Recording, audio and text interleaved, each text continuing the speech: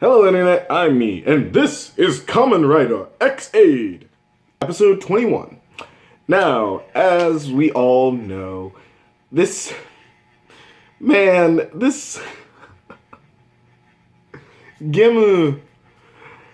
is a dick. He is a straight up dick. He is the biggest dick in the universe. I mean, Jesus fuck. This guy's a dick. Okay, so, quick story overview.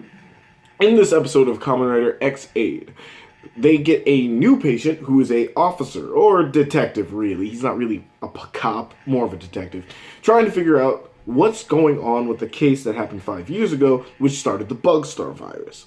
Now, the person he's interviewing, of course, in the prison is letting him know, like, yo, man, that was solved already. I'm in prison for it. What the fuck are you digging into? But this detective knows there's more to the story that people aren't telling. So, he gets, of course, stressed out that he can't solve the case. Bugstar infection, everybody's coming in to stop this.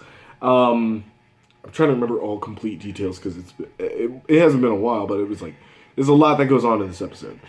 And of course, Emu and everyone else is, trying to help him out. And of course, Gim shows up. Because, why not? Why the fuck not? Why the fuck not? This guy's a dick. This guy's a massive asshole dick. But whatever.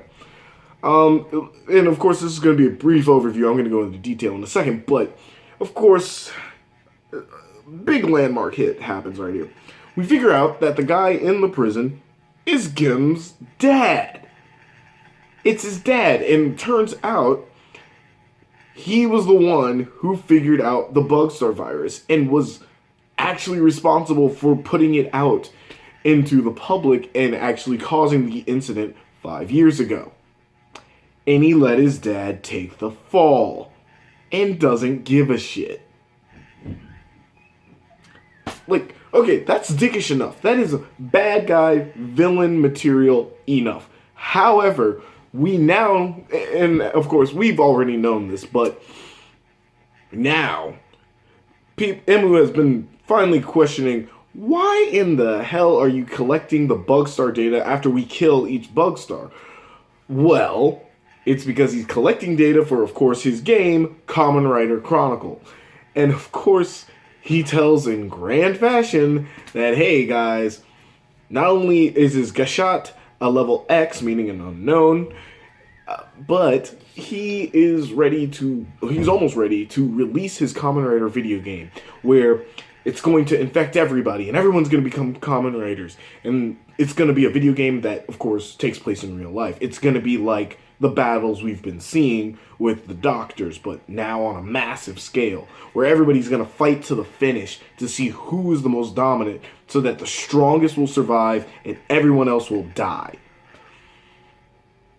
Dick! Mostly because he's on a power trip. And that's what I love about this villain. He's a villain on a power trip because he feels that this is the right thing to do. Like, if I can create a game and make people, and give them the most experience, like the highest experience in gaming, what is higher in experience than the ultimate game that encapsulates all games and encapsulates life itself? I am a god if I can do this. And it's basically like a pursuit that's driven him insane, in my opinion. It might not be so, but he's definitely gone mad.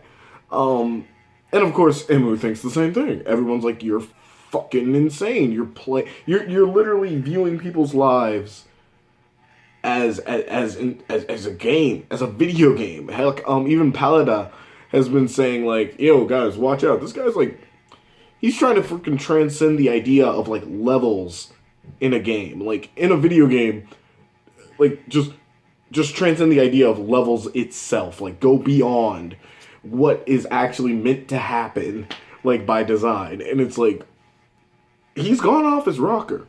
And of course, he's wanting to do this. He's wanting to just, I'm pretty sure he wants to collapse everything. Just take it all out. So, this leads me into a lot of the stuff that I really liked about this series, and especially about this episode. We've got another raising of the stakes here, where we can see a lot of the stuff that is coming into play. We're not seeing, and this has been something I've been wanting to comment on, is that we, of course, we're reusing monsters, and sometimes we have a unique monster, like in this episode, or Bergamon.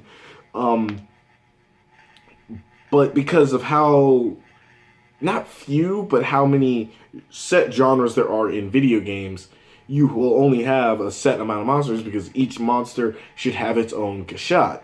So it's one of those things where you don't wonder where it's going to go, you know where it's going to go.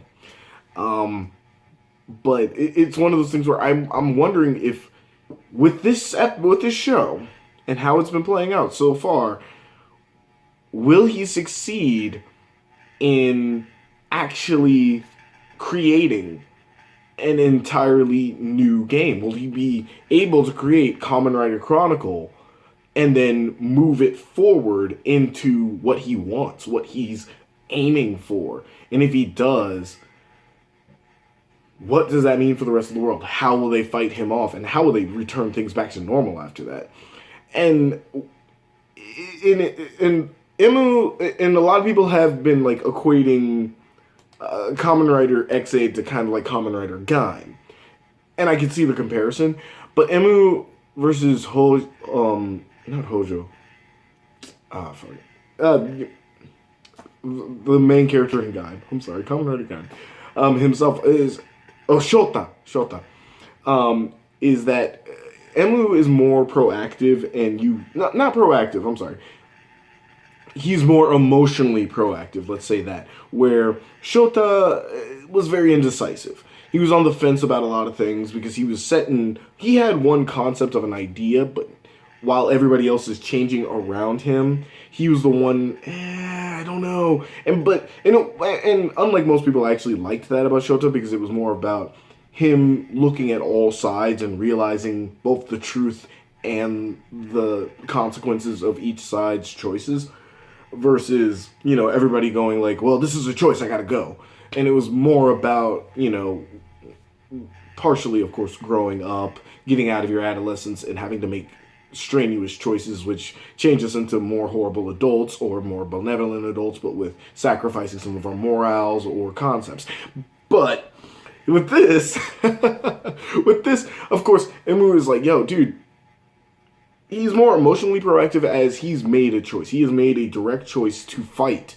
Simply because, the stuff that Gim is doing is stuff that he can't take sitting down. People have died because of what's happened here. And it's a good hero moment when Gim comes out with his entire scheme, and Emu is just like, yo, laser, fucking all the people who died in the incident. Everybody's, loved ones, innocent people, another Kamen Rider, a doctor, your own father. You're willing to sacrifice all these fucking people for a game. And of course he gets knocked down when he does the Japanese grab him by the collar and shit like that, which I always love that stuff. It's so dramatic. It's so damn dramatic, and I love it. But when he does that, and he's like, fuck, what the hell's wrong with you, almost. Of course he gets kicked back, and he does the evil, I don't know what it is, but when, Japanese people do the crazy laugh, it's cheesy, but I kind of can get behind it a little more than just the, or, them going yes, Kamen Rider Chronicle, it will be the best game ever. Don't you know? To me, that just, I can dig that, in a villain, because it's there's no reasoning with this fucker. He's gonna kill us all. I don't know what you're gonna, there's no reasoning with this fucker. We gotta kill him. We gotta stop him. And the thing is, I also like that Genmu, in his own way, he's not just sacrificing everybody else's lives, but he's also sacrificing himself, as he's now put himself in an experimental Gashat, which he doesn't know what will happen. It's an unknown. It's again, level X. And it's been seeming, and this is a new thing, but it's everybody's been going when will this fucker die? But that's the thing. Every time he's been resurrecting himself after getting hit, he's been taking a little longer. To a point where in this episode, he actually unmorphs. He's knocked out of his Kamen Rider form. Still alive, but it's the first time we've ever had to see him click save to get out of that. We've never seen that ever since he went zombie. He's never actually had to be forced out of his zombie game. So it's something's up with the Level X program. No one knows what it is, and I hope we figure out next episode, as it's looking like it's going to move to that point. And a lot of good setup in this episode. A lot of good setup. As you can tell, I'm just gushing over this episode because I love this episode. I'm really digging this series with the storyline, the ideas. It's putting things forward. The fact that, and I'm gonna gush over this again. The fact for a Christmas episode they kill off a main character, who had like, and what got me is I wish I was never spoiled to Laser's death. I really wish I wasn't, because his character had a story arc. He had a planned out looking story arc, like where he's gotta, avenge the death of, not his girlfriend, but, he was gonna figure out who really killed this person. Like, he looked like he was gonna move forward, and then, boom, he died. So, it really put something in my head where I go, okay, this show is really smart with, if I wasn't spoiled to the internet and all that shit, most of the plot points of these episodes I would not see coming, not a week ahead or through the catalogs, because fucking Toei, you got to put everything in the catalog, so I know everything 3 months in advance.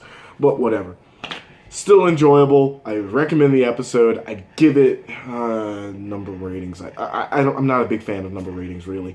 I'd give this a good 8 out of 10. Both episodes for Superhero Time have been solid 8 out of 10s. I'm loving both Kamen Rider Ex Aid and I'm loving Uchu Sentai Q Ranger.